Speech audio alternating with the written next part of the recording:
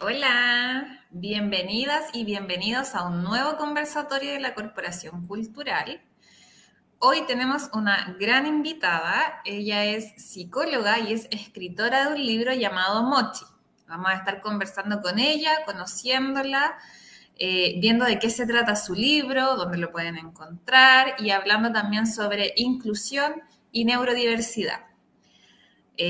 Para eso nos va a estar acompañando Paola Figueroa, que viene por ahí. Ahí ya está Paola. Antes de presentar a Paola, voy a hacer una breve descripción de imagen de lo que pueden observar en pantalla. Paola Figueroa, nuestra entrevistada, ella viste un chaleco de color verde, está con el pelo suelto y tiene audífonos rosados. Nos acompaña Caroline también, que es nuestra intérprete de lengua de señas, que ella está vestida completamente de negro. Y estoy yo, que soy la entrevistadora, que estoy con una chaqueta rosada y con el pelo suelto. Ahora sí le damos la bienvenida a Paola. ¿Cómo estás, Paola? Hola Leslie, bien, ¿y tú? Contenta de Bien. estar acá. Sí, muchas gracias por acompañarnos. Nos costó ahí un poco con la tecnología, pero son cosas que nos van pasando cuando nos vamos adaptando a estos medios nuevos que hay, ¿cierto? Que nos ayudan también a comunicarnos desde la distancia. Así que para comenzar, queríamos preguntarte y para que la gente también te conozca, que tú te puedas presentar. ¿Quién es Paola?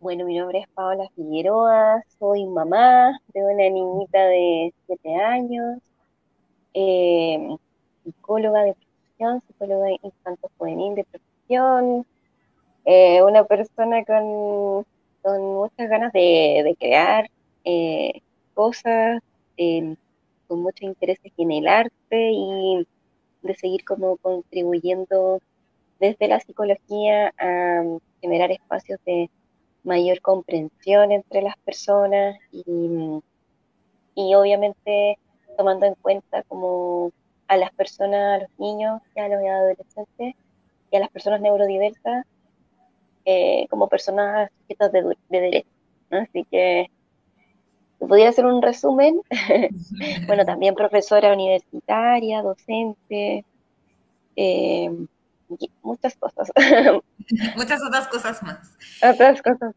Antes de abordar un concepto ahí que tú mencionaste, que es neurodiversidad, ¿cierto? Como para que la gente también nos pueda ir entendiendo en el fondo de lo que hablamos. Quería consultar, y siempre lo hago también con las personas que entrevistamos, algo como bastante personal, que es, ¿qué significa inclusión para ti? ¿Desde dónde la ves?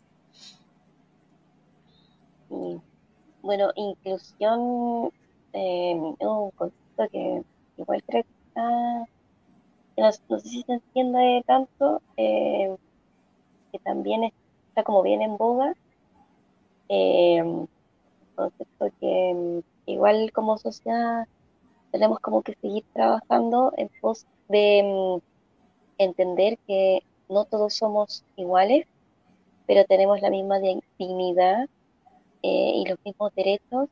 eh, Entonces, como sociedad, la importancia de incluir primero es como validar y legitimar al otro como legítimo otro, independiente de su condición física, mental, sexual, orientación étnico, en fin, eh, y así construir un mundo mucho más compasivo, mucho más comprensivo.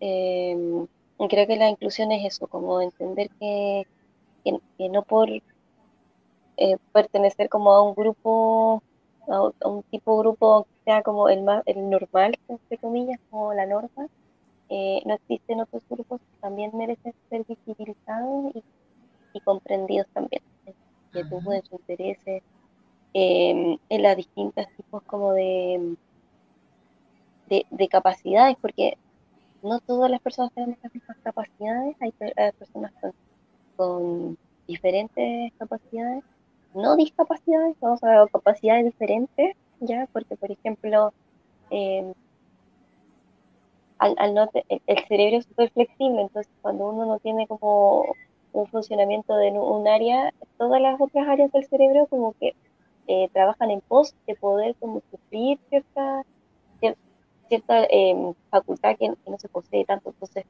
eh, todos tenemos aptitudes de una u otra manera. Entonces, creo que incluir es considerar ese punto Ujú. de las personas como valiosas. ¿Tú crees que como con los años se ha avanzado en este tema del respeto a la diversidad? ¿Hemos avanzado como sociedad? ¿Qué consideras tú que es lo que nos falta quizás? Yo creo que hemos avanzado como sociedad en comparación a antes. Por ejemplo, de tiempo atrás, claro, menos respeto por las diferencias, por las distintas situaciones de las personas.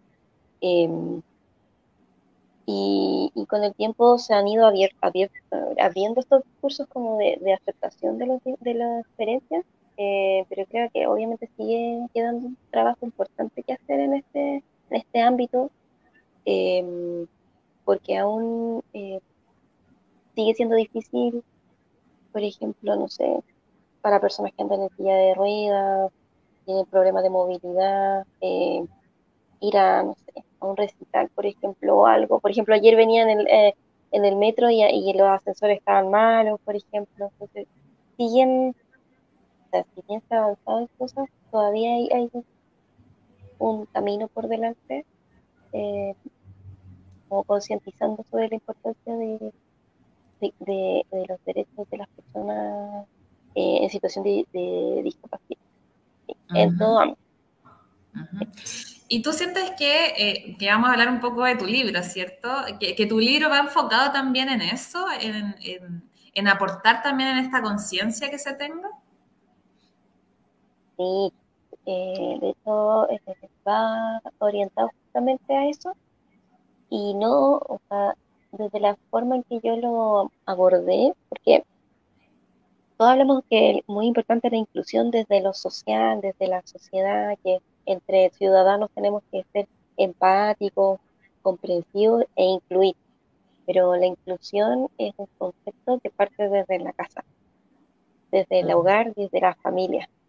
Entonces, ¿cómo nosotros eh, como familia entendemos cuando un otro es distinto a las expectativas que nosotros tenemos a veces como papás, de que nuestros hijos sean o neurotípicos o todos los niños tienen que jugar fútbol porque eso es lo que se espera de ese rol, o que todas las niñas tienen que ser de cierta manera, en general como estereotipar o esperar que todos seamos como homogéneos es imposible porque somos todos demasiado distintos, lo que no significa que merezcamos los mismos derechos.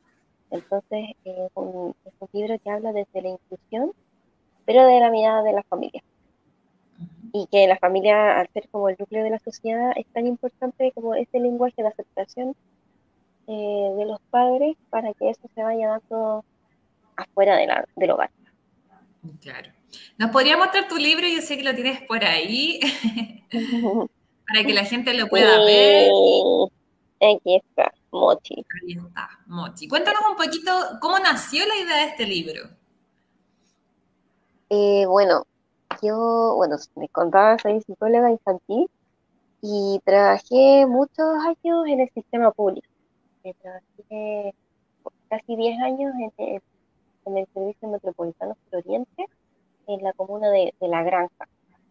Y en ese programa de salud mental especializado atendimos a muchos niños, niñas y adolescentes y a sus familias con distintos diagnósticos de salud mental y Ujú. también muchos niños con diagnóstico de autismo, de trastorno del espectro autista, como se llamaba, como aparece en los manuales de psiquiatría, o como también se dice ahora, espectro autista. Eh, y ahí, bueno, trabajando con las familias, a partir como de mi experiencia, hablando de estos temas, veía que el para la familia era un proceso bien fuerte el, mm, el asimilar el diagnóstico. Cuando cuando los médicos ya daban como el diagnóstico final de autismo, eh, o de cualquier otra condición de salud mental en realidad, los papás igual vivían un cierto duelo del hijo, del hijo que no se ajusta a la norma en el fondo, y más que porque los papás no quieran aceptar a los hijos, es la incertidumbre de todo lo que se le va a venir a ese niño en una sociedad que sabemos que eh, tiene mucho por delante en este tema.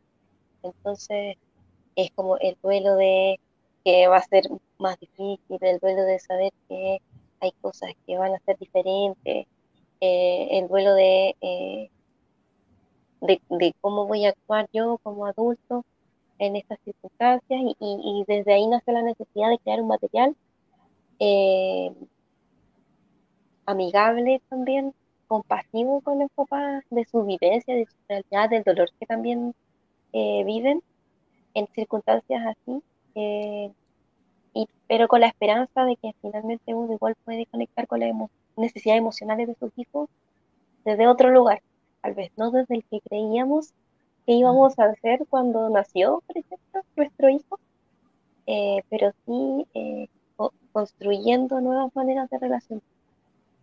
Así que desde ahí nace este libro como una herramienta, como una manera de lograr comunicarnos de una manera más amorosa en las familias.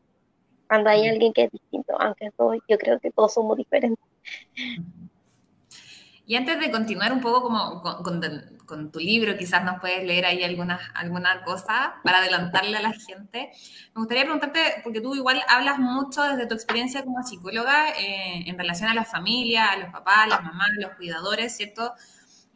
Con asimilar el diagnóstico, y te lo pregunto porque muchos papás quizás nos van a escuchar y están pasando por este proceso. Mm. Desde tu experiencia, ¿qué recomendaciones o qué orientaciones les darías tú a esos papás que reciben este diagnóstico y no porque sea algo trágico, sino que Mm. porque todavía en la sociedad no está bien desarrollado el tema del respeto a la diversidad?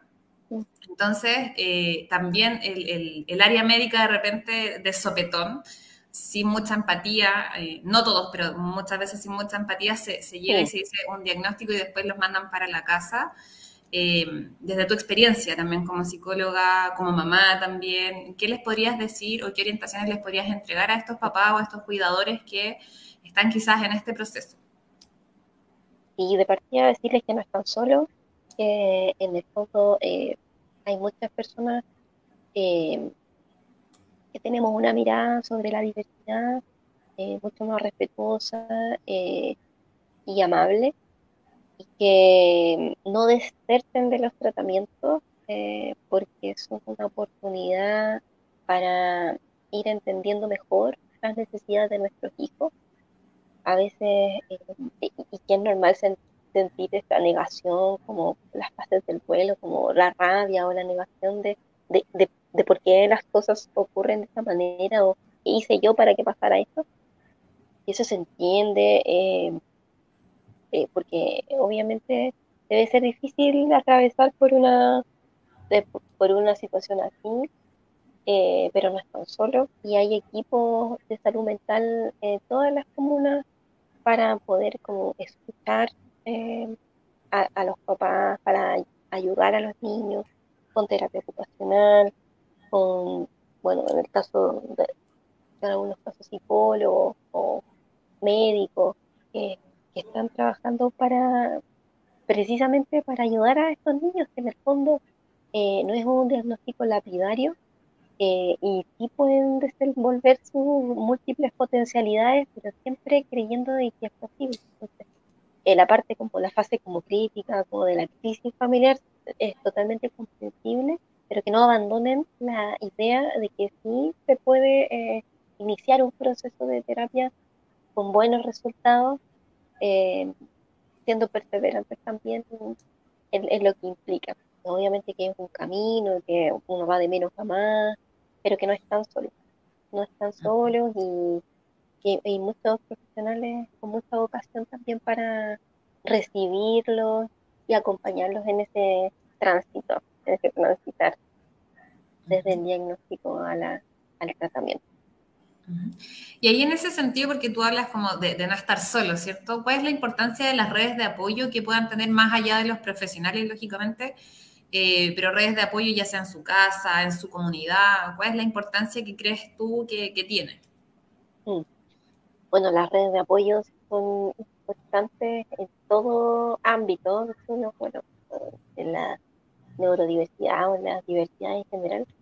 Eh, Creo que somos seres sociales, o sea, necesitamos el contacto, conectarnos emocionalmente con un otro, pedir ayuda, sentir que hay a alguien más que le importa lo que a mí me pasa. Entonces, eh, buscar refugio en sus distintas redes de apoyo, obviamente es un factor protector para no deprimirse, para apoyarse, sostenerse, y para emprender este viaje que es el conocer un diagnóstico y el viaje que implica el tratamiento.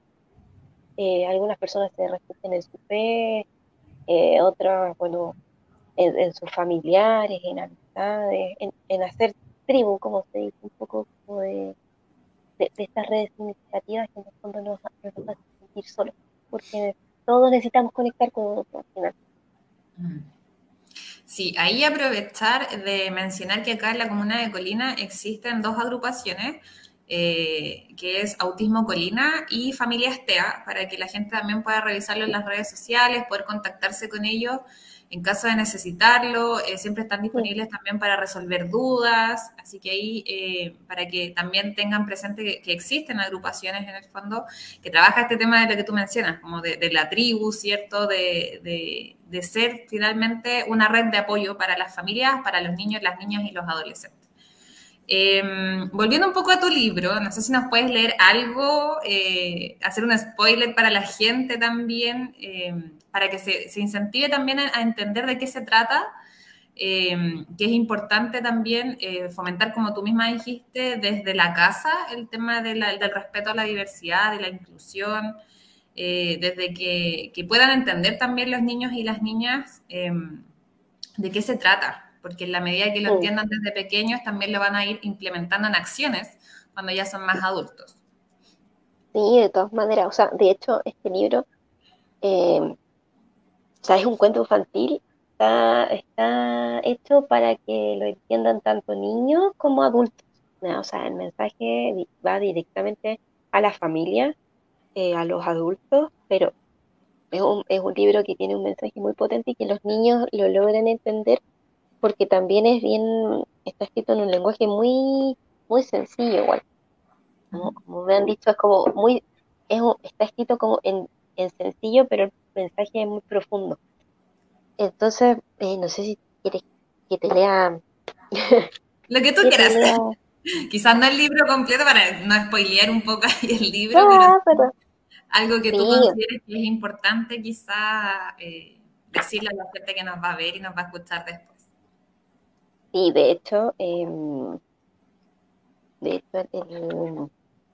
sí, una vez hicimos como un cuentacuentos de este libro y es bien bonito, los niños participan harto, y los papás igual se quedan pensando. Eh, bueno, oye, les voy mostrando las imágenes y les voy contando. Esta es la familia de Mochi. ¿Quién es Mochi? Mochi es un chanchito de tierra. Ahí está con su familia almorzando. Él tiene a sus papás y a su hermana Mika, pero Mochi tiene una particularidad. ¿Cuál es? Que siempre está rodando. Y Mochi, en el fondo, siempre está hecho bolita. Está hecha bolita y no para de rodar y no para de girar. Y sus papás lo llaman Mochi, ven a almorzar. Y Mochi no va caminando, va rodando. Mochi, vamos a salir a pasear. Y va Mochi rodando y los papás esperando que camine. Y los papás se empiezan a preocupar y dicen, pero ¿por qué no puede caminar? ¿Por qué no camina? porque no es como los demás chanchitos que caminan como sus familias. Y además Mochi no hacía eso porque él quería, no lo hacía por fastidiar a su familia, lo hacía porque a veces no le gustaba el ruido, no le gustaba el ruido de la ciudad, no le gustaban los ruidos fuertes, se ponía ansioso, se ponía un poquito nervioso. Y estando hecho bolita, él se sentía mucho más tranquilo. Pero la familia de Mochi no lograba entender eso. Entonces lo miraban un poco preocupados. A ver si se ven las caras de sus papás y su hermana. Y ahí va él, rodando. Oh, y lo miran. Y pese a que ellos insisten en que él camine, él no puede caminar. Entonces sus papás emprenden este camino de saber qué es lo que le pasa a su hijo, hasta que llegan con la doctora Coneja. Y la doctora Coneja les explica algunas cosas, pero los papás siguen preocupados y lo comparan con otros chanchitos que sí caminan. Por ejemplo, ahí están ellos, con Mochi, está su mamá, ahí está su papá, y por atrás sí se ve otra familia, y justo la otra familia, uy, que se ven súper felices. En cambio ellos no se ven tan felices porque no entienden a qué Mochi es distinto. Y así pasa el tiempo hasta que llegan a una solución como familia. Y acá, tarán, algo se les ocurrió.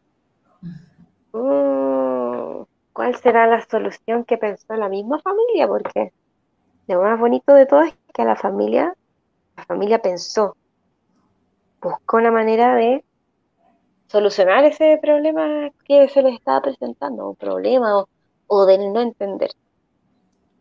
Y como spoiler, queda un final feliz. ¿Cuál es la solución? Bueno, la solución aparece en el libro. Aparece del libro.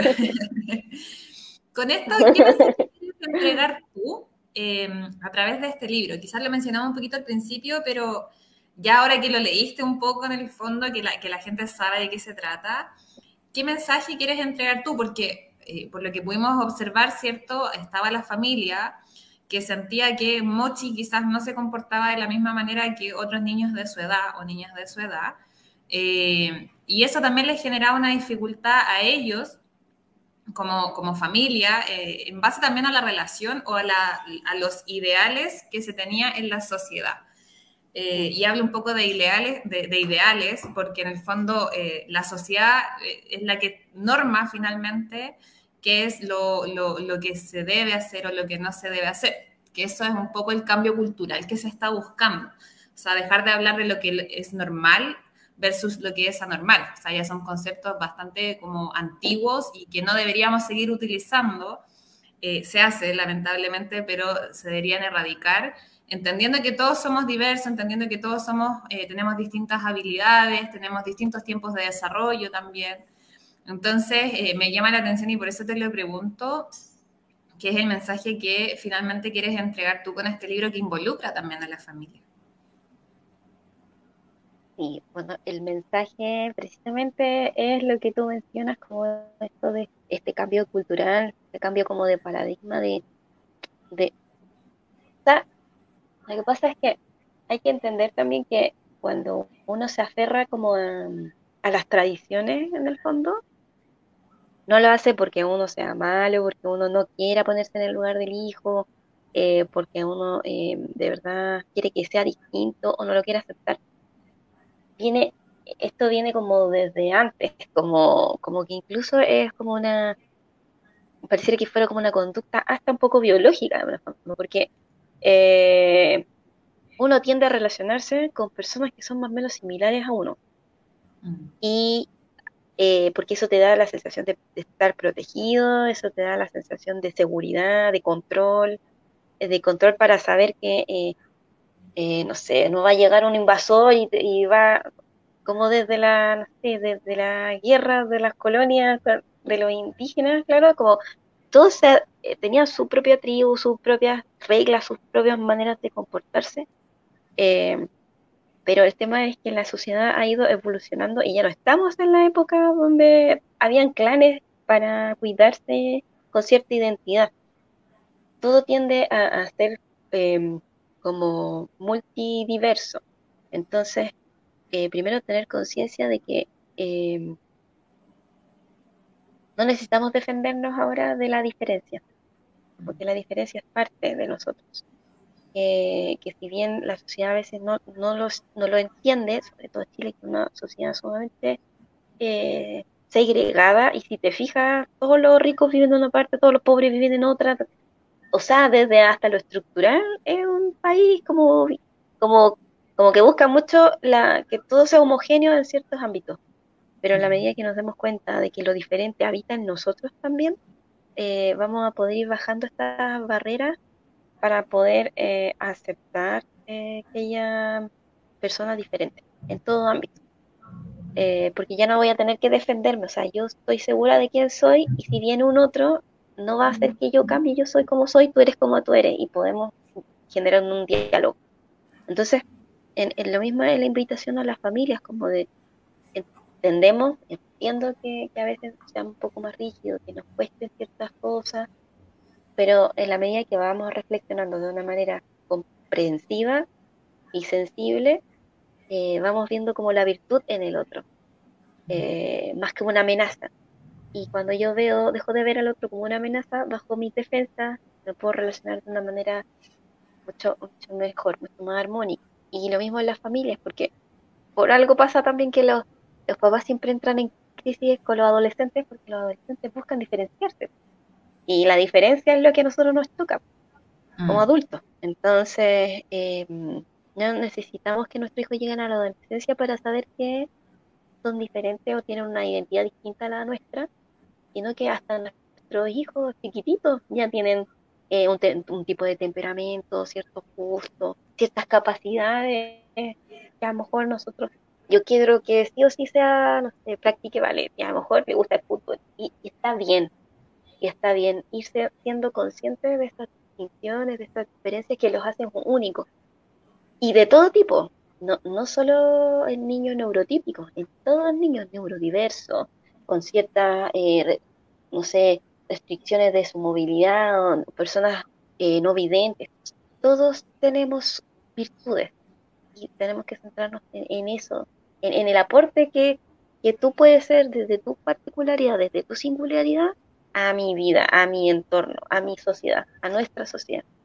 Y esa es la invitación del libro, como estos papás flexibilizan tu mirada para aceptar, y no solo como de aceptar, como de ya, bueno, eh, ya tu rueda y yo te sigo caminando, o sea, también hace énfasis a la empatía, porque no es solo entender que, ya, bueno, es distinto.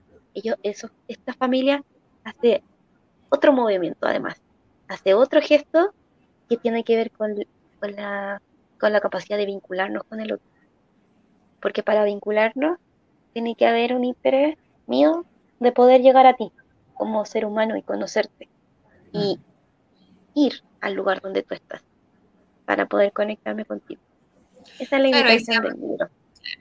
quizás ahí va muy de la mano como con romper, ¿cierto? Con estos prejuicios o estos sesgos inconscientes que uno tiene en relación al otro, porque de repente uno ve a una persona y al tiro dice, esta persona es de tal forma sin haber intercambiado una palabra con la persona. Y en el fondo es un sesgo, quizás inconsciente, quizás consciente, un prejuicio que también de repente la sociedad nos ha enseñado un poco a mantenerlos, lo que tú hablabas, como encasillarnos en estos grupos y no compartir con otros grupos que son diversos porque todos somos diversos finalmente. Quería De tomar un todas concepto maneras. que tú mencionas harto como para ¿Mm? clarificárselo un poco a la gente. Cuando hablas de neurodiversidad, ahí sí nos puedes contar un poco porque hablabas de neurodiversidad y neurotípico también. Sí, bueno, así como en resumidas cuentas, como neurotípicos, como el funcionamiento como estándar, promedio de las personas, como lo que llama normal, aunque normal es normal en realidad. Es como el funcionamiento más común, neurotípico. ¿ya? Por eso es como típico, porque es como el promedio de funcionamiento de las personas a nivel como eh, de cómo procesan la información, de sus capacidades como intelectuales, etcétera. Eh, pero hay personas que tienen un funcionamiento diferente. Y no porque sea diferente implica eh, una patología. O sea, es una nueva mirada sobre el funcionamiento neurológico de las personas y habla que no existen dos cerebros iguales, ¿ya? O sea, anatómicamente o funcionalmente todos tenemos las mismas áreas, pero anatómicamente no hay cerebros iguales. Y eso que no es igual, implica que tampoco hay funcionamientos que son iguales. No todos procesamos la información de la misma manera, no todos tenemos las mismas como, como capacidades para ir procesando estos estímulos, esta información que viene del ambiente. Entonces, neurotípicos es como lo común, lo que prevalece como mayoritariamente, y está lo neurodiverso, que hace alusión a todos los otros funcionamientos que no siguen, no se rigen por la norma. ¿Ya? Por ejemplo, no sé, pues ahí están todas las personas con déficit atencional, por ejemplo, las personas con dislexia, las personas del espectro autista, porque su cerebro procesa de manera diferente la información, básicamente.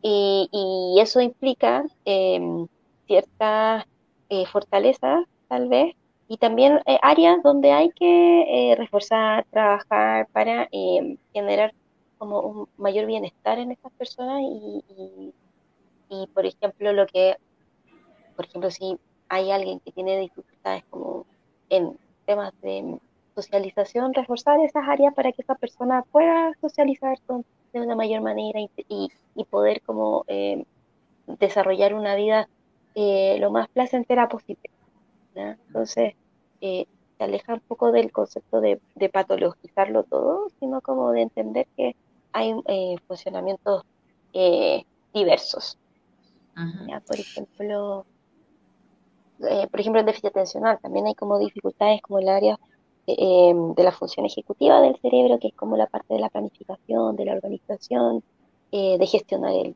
tiempo o realizar conductas orientadas a metas. eh,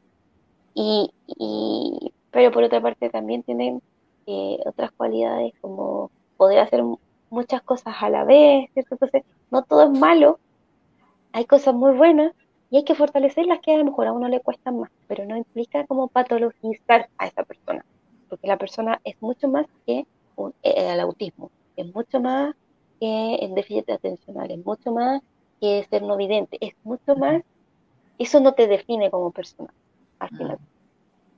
Claro, ahí yo creo que quedó un poco más claro a cuando tú hacías alusión a estos conceptos, que finalmente han ido evolucionando también con los años, acercándose quizás a un modelo más de la diversidad, ¿cierto? Que respete que todos somos distintos, que todos tenemos habilidades, que a todos nos cuesta algo en la vida, y que por ende también hay que hacer todo de manera accesible. O sea, desde tu libro, por ejemplo, que tú mencionas, que viene en un formato de lectura fácil, que es tanto para niñas, niñas como adultos, hasta la accesibilidad que se puede tener, por ejemplo, en la calle, para ir a los juegos, para ir al cine, que hasta el momento quizás acá en Chile no existe tanto la accesibilidad, por ejemplo, en los cines, ¿cierto?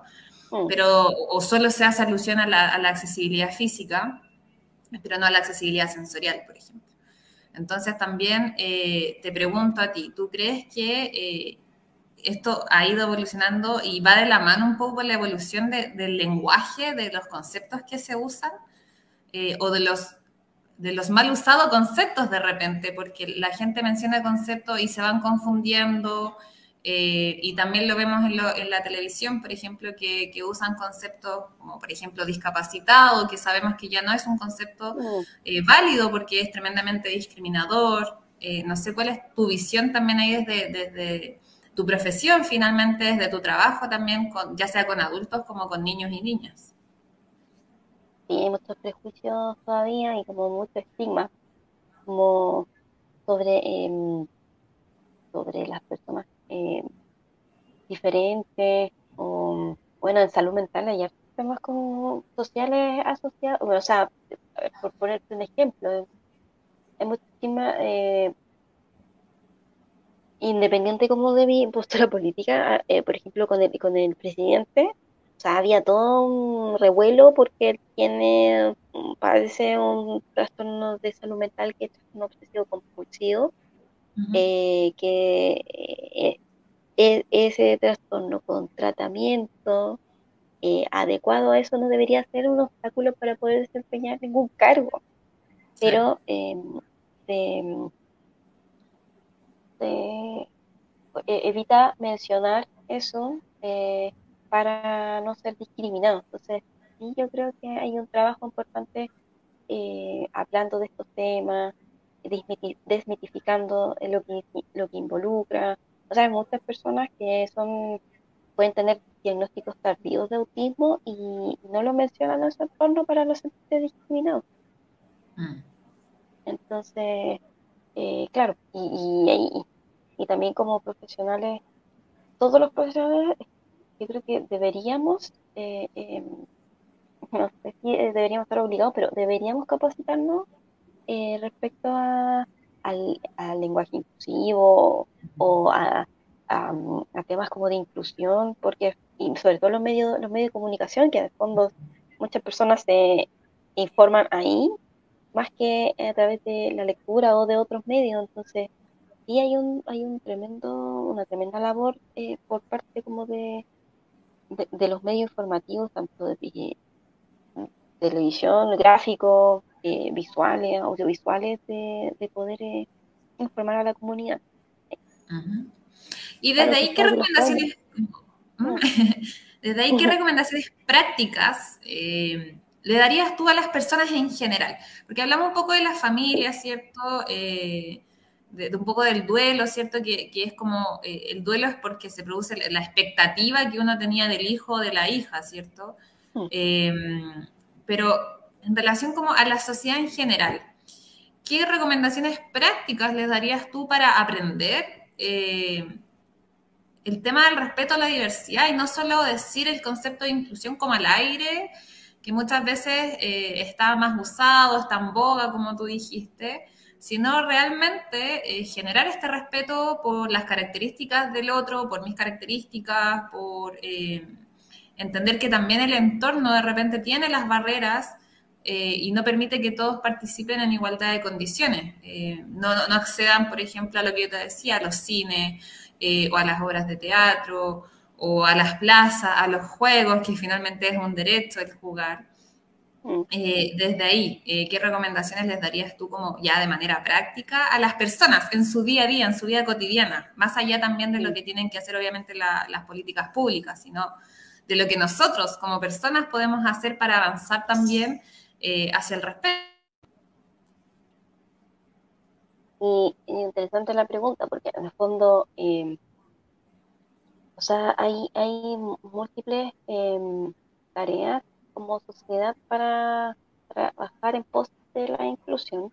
Obviamente, por lo que tú mencionas de los cines, del teatro, lo que sea, claro, hay temas como de políticas públicas ahí muy fuertes que tienen que ir dándose, pero que eso sea parte como de los gobiernos de los que vengan, porque hay muchas personas que lo necesitan, que lo merecen. Ahora, desde lo cotidiano, desde lo que uno puede ir haciendo, em, y bueno, a veces se presentan situaciones donde uno igual podría ser como inclusivo, respetar como al otro y en cosas tan sencillas como, por ejemplo, si alguien está conversando con un otro y un otro opina distinto.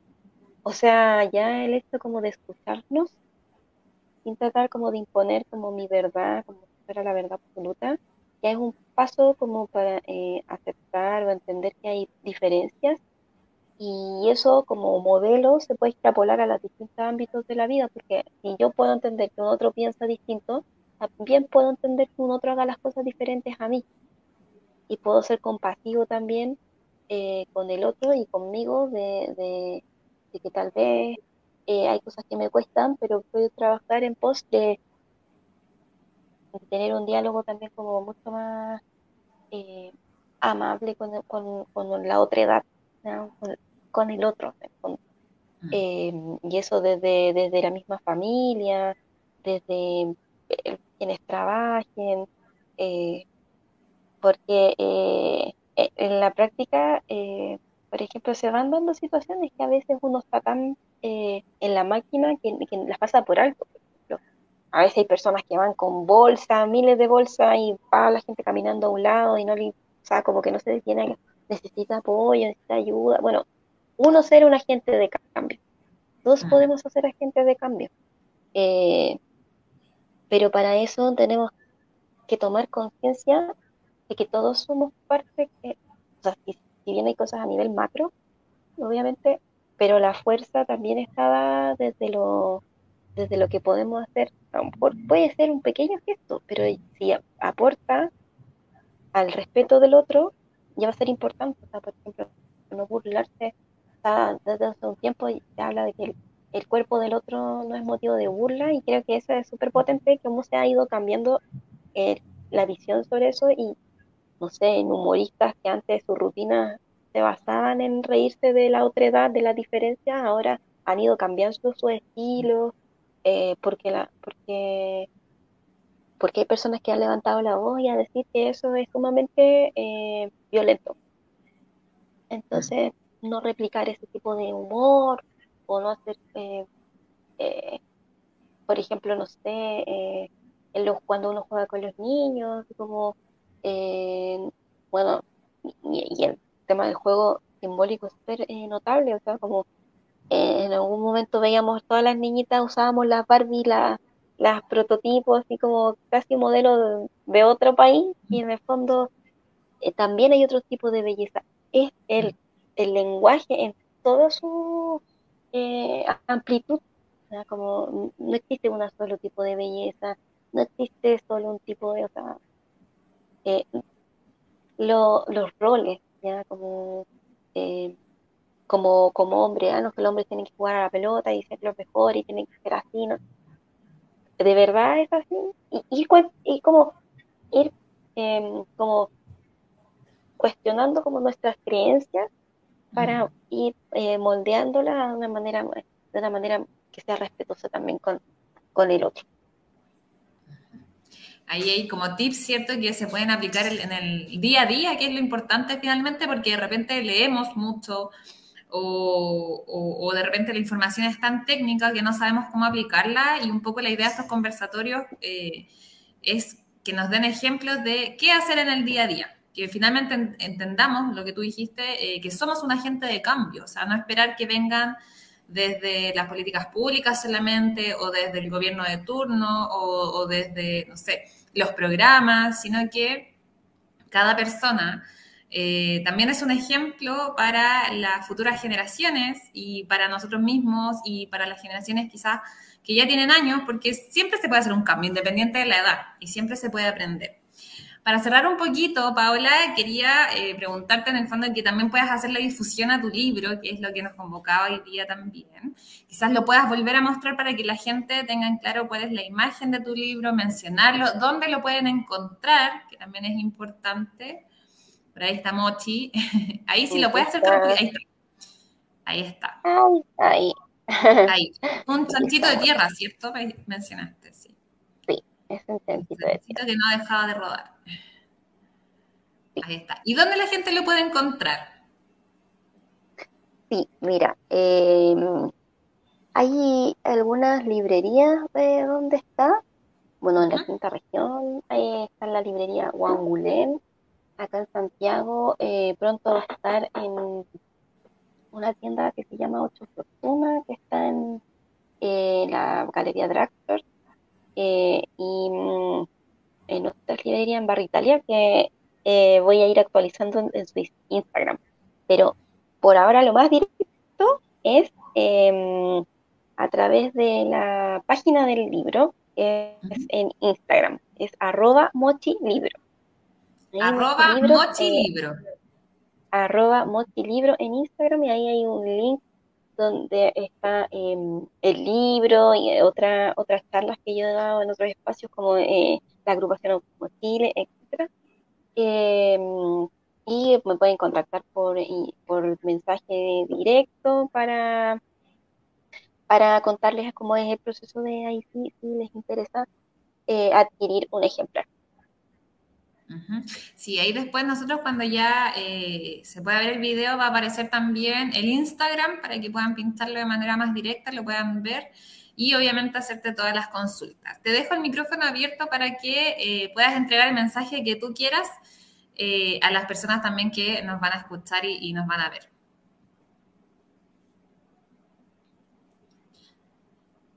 Ahí, no Bueno, sé ahí sí. como mensaje, sí, me escuchan ya. Bueno, como mensaje, tomemos conciencia de cómo estamos relacionándonos con nuestros hijos, en nuestro hogar, con las personas que nosotros queremos. Es tan importante mantener relaciones cercanas, cálidas, ¿ya? Dentro de todo este ajetreo de lo que es el mundo. Yo creo que el mundo, la vida es un deporte extremo, así que siempre es importante darnos espacio para compartir de verdad y con cosas simples, que, no es necesario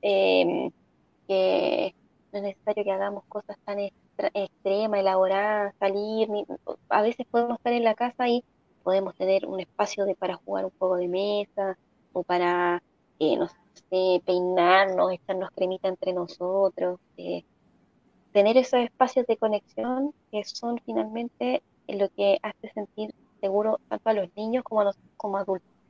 Entonces, permitirnos estos espacios de estar presentes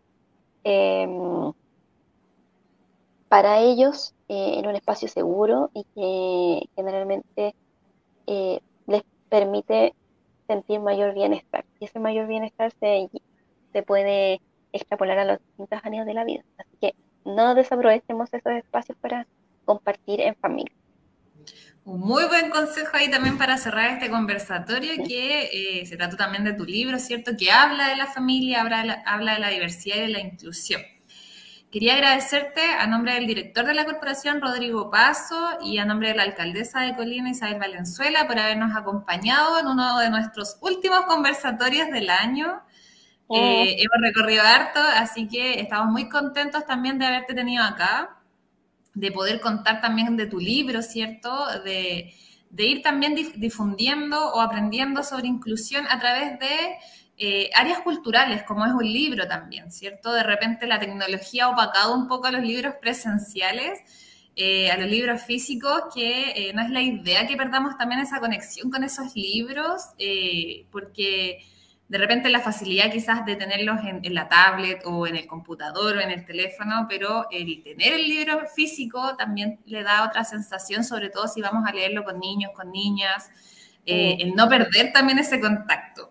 Así que muchas gracias, Paola. También muchas gracias a Caroline, que nos estuvo acompañando hoy día como intérprete de lengua de señas para hacer, lógicamente, más accesibles estos conversatorios. Y recuérdanos de nuevo la página donde te pueden encontrar. Es @mochilibro, todo junto, en Instagram, para En que, Instagram. Sí, para ahí que para lo que te vayan puedan... a, eso, para que sigan a Mochi sus aventuras.